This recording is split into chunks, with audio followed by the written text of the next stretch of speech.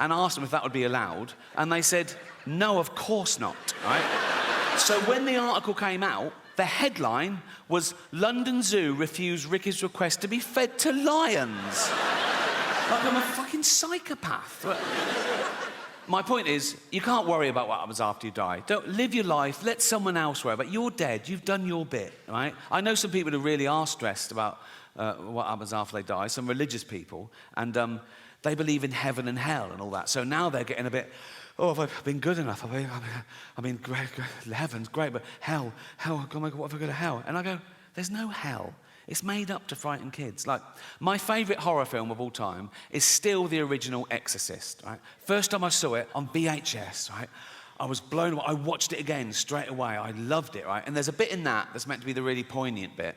And I laughed the first time I saw it because it was the idea of the devil being this crass and childish. You know the bit. So, the little girl's possessed by the devil, and they're doing an exorcism, and they're throwing holy water on it. She's hissing, right? They're going, the power of Christ compels you. The power of Christ compels you. And at one point, the devil makes the little girl turn her head round, and he makes her say, your mother sucks cocks in hell. Right? And the bloke, she said, he's devastated. He's like, because he's thinking, oh, no, that's the real devil. So he knows, so it's true, my poor mother sucking cocks in hell, right? If scientists actually found the devil, I was wrong. There is it. They found the devil, they tested him, it was peer-reviewed, it won the Nobel Prize for fucking everything, because it would be the greatest discovery of all time, right? And I'd look at the science, I'd be mind-blown, but I'd go, well, you've got to follow the science. So, you know, yeah, I believe in the devil. I wouldn't even be belief, it would be knowledge. I'd want to meet him. If the devil actually existed, I'd want to see it for my... As long as I was safe. I don't know what makes you safe from the devil. But if he existed, we'd find out, wouldn't we? Like, vampires live forever, but now we know a bit of garlic really fucks them up. So we discover something, like if you put a devil in a cage with a sprig of parsley on top, he's weak or something. I want to talk about something I haven't talked about before, and that's to give you a glimpse behind the curtain of the Golden Globes. Right? And, thank you. I last hosted the Golden Globes in 2020. It was the 5th time over a 10-year period, and I liked them more and more, and the last one was my favourite, because the world changed in that 10 years. You know, like the first time I hosted them in like 2010, the press of America, they hated me. Right? Who is this annoying Brit insulting the most important people on the planet? By the last time I hosted, they were like, yeah, go on, fuck them. Fuck them, right? Because ordinary people had got sick and tired of being lectured by these multi-millionaire, nothing wrong with that, these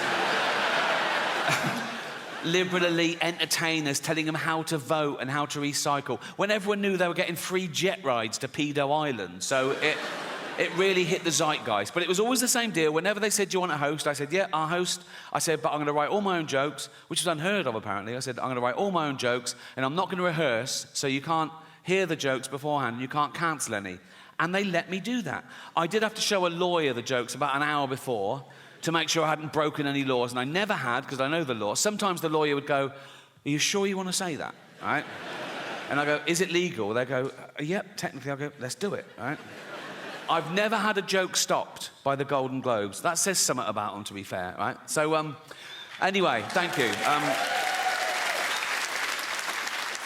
This last time, they said, oh, you've got to see the lawyer the day before now. I went, OK, great. So I was driven to the Beverly Hills Centre, and they're all setting up, right? And the photos of the A-listers are all in their chairs. I go, oh, there's Brad, there's Lee down. Very underrated, the human arsehole. Everyone goes, oh, the human brain, the greatest computer known to man. All the human liver can regenerate itself. Your arsehole is working 24/7. Even when you're asleep, it's like that. You're not coming out. You're not coming out. You're not coming out. No. You're not coming out. And you're not coming in.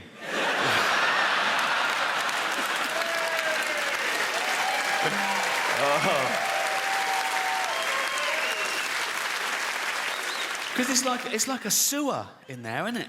But you've got a lovely little manhole cover. Think of that in real life. Walking along a pavement, it's lovely pavement. If that burst, and you know what's in a sewer, don't you? Piss and shit and cum and dead goldfish, and fetuses. In China, Just the girl ones. Relax.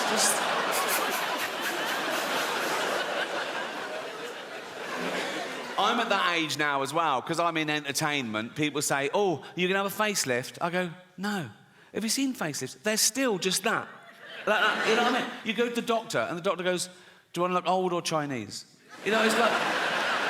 Nothing wrong with looking Chinese if you're Chinese. If you're not Chinese, it's a bit weird. It's offensive. But why is that allowed? You're not allowed to black up. Why can you do that?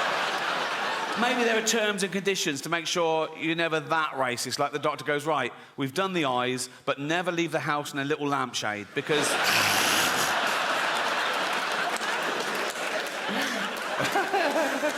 Oh, so childish. It's so childish. But I hope you agree it was a positive show. It wasn't about death, it was about life. And some people are so worried about dying, they forget to live. And some people are so scared to do something. Oh, no, that's dangerous, that's dangerous. All the most fun things are dangerous. Roads are dangerous. Alcohol is dangerous. Alcohol is a poison. I should know. I sell it. Dutch barn. Right? So, yes. Right. Alcohol gives you brain disease, liver disease, kidney disease, heart disease, mental illness, but it does loosen you up at parties. So... Think of all the babies born through alcohol, yeah. Many of them deformed if the mother carried on drinking. But the good thing about being born deformed is, you... Hear me out. The good thing about being born deformed is you can start drinking at a much younger age and no one gives you... Do you know what I mean? You see a normal kid drinking, you go, you little bastard. You see a deformed kid drinking, you go, yeah, go on. You know what I mean? You know what I mean. You're 8 or 9, you've had 27 painful operations, you've met Ollie Murs, have a drink, you know. Well, as you can see, I've run out of quality material. The worst serial killers, and he was like one of the worst ever, but he didn't act like a serial killer, right? He was a GP, he was old school, he had a little shirt and tie, little tweed jacket, little beard, little glasses. He'd do house visits, he'd go on to see Edna, 85. You all right, Edna? Yeah. Do you want a cup of tea? Yes, please. And he'd make Edna a lovely cup of tea, right? Then he'd just put her in a lethal amount of opioids, right? And he'd just give Edna the tea and watch her drink it and fall asleep and die. And that was it. He didn't even masturbate. You know, yes, it is a waste, sir, yeah.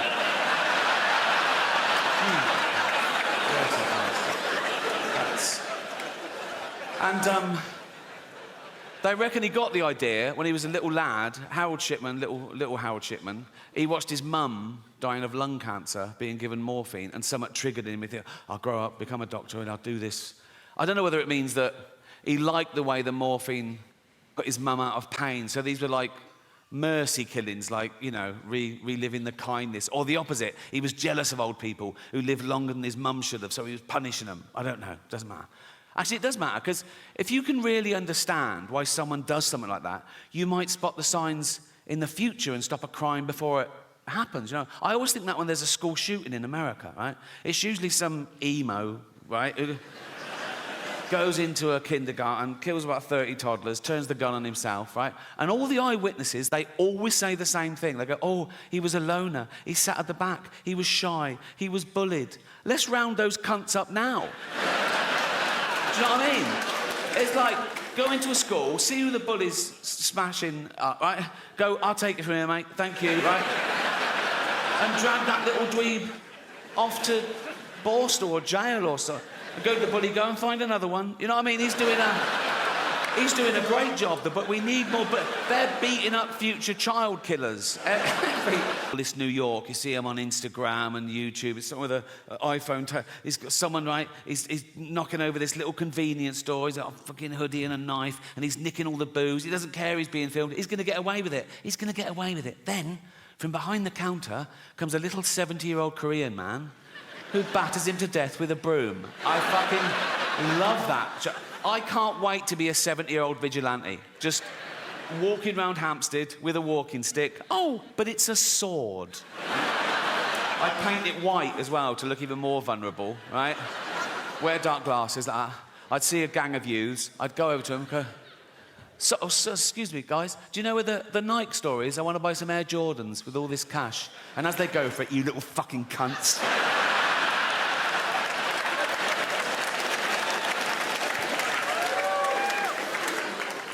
But the death penalty is not like that, is it? It's not in self-defense, it's not in the heat of the moment, it's cold justice, you know?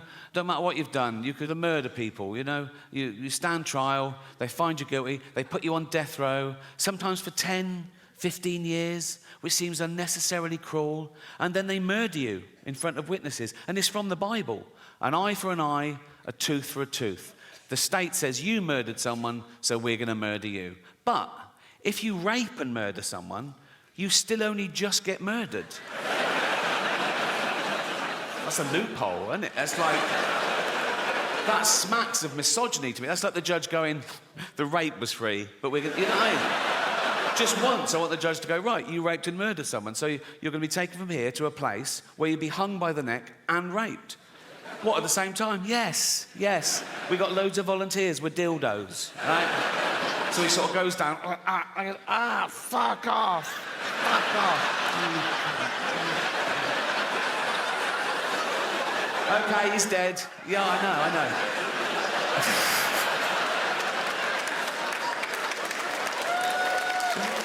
Oh. It might work. But the longer you live, the grumpier you'll get. It's not just going to happen to me, it's going to happen to all of you. Because the longer you live, the more shit you see. And you go, oh, fuck, this again, right? And the more burden you carry. And the older you get, the weaker you get, so the burden gets heavier. And you go, oh, God, this again. And you can't die nowadays. You know what I mean? You go, oh, thank God, I'm dying.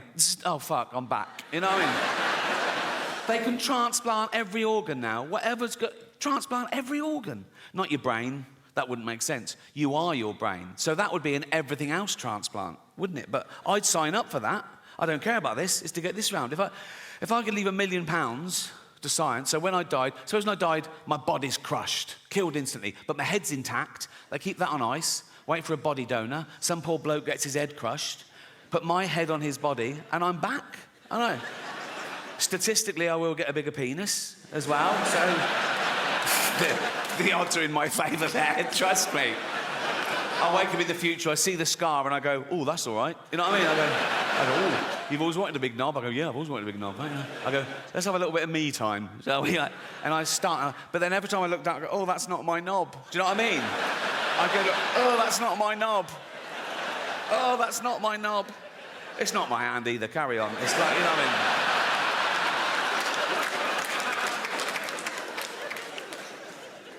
I was doing an interview a while ago. I don't think the journalist liked me. He asked me this question. I thought it was rude, right? So I gave a fake answer, right? He said, so what have you got planned for your funeral? And I went, I want to be fed to the lions at London Zoo. He went, really? I went, yeah. I want the zookeeper to take up my big, fat, dead, naked, bloated body in a wheelbarrow, right? Just dump it in the lion's den, doof, like that. Loads of tourists going, is that the bloke from The Office? Like that, right? And then 2 big lions come out and just start eating me. And lions, they start with a soft... Shot a dwarf at 100 metres, yeah? Fucking props, that is... 5 years. In the army, get him in the army. I feel bad about that joke, because I was reading about the tough time dwarves have had through history. Like, in medieval times, they used to torture them and kill them. They used to put them in barrels with spikes and roll them down the hill for a laugh, right? And then in Victorian times, they'd stick them in the circus and make them do dangerous fucking things. And then as late as the 1980s, right, I remember colleges used to have events like dwarf throwing, where they were like darts on a thing, or dwarf bowling. And eventually someone said, what the fuck are we doing? Can we stop making dwarves do shit for our entertainment? And it stopped. And now it's back. Now they're in the Special Olympics. Now they've got, they're going, let's race them. And,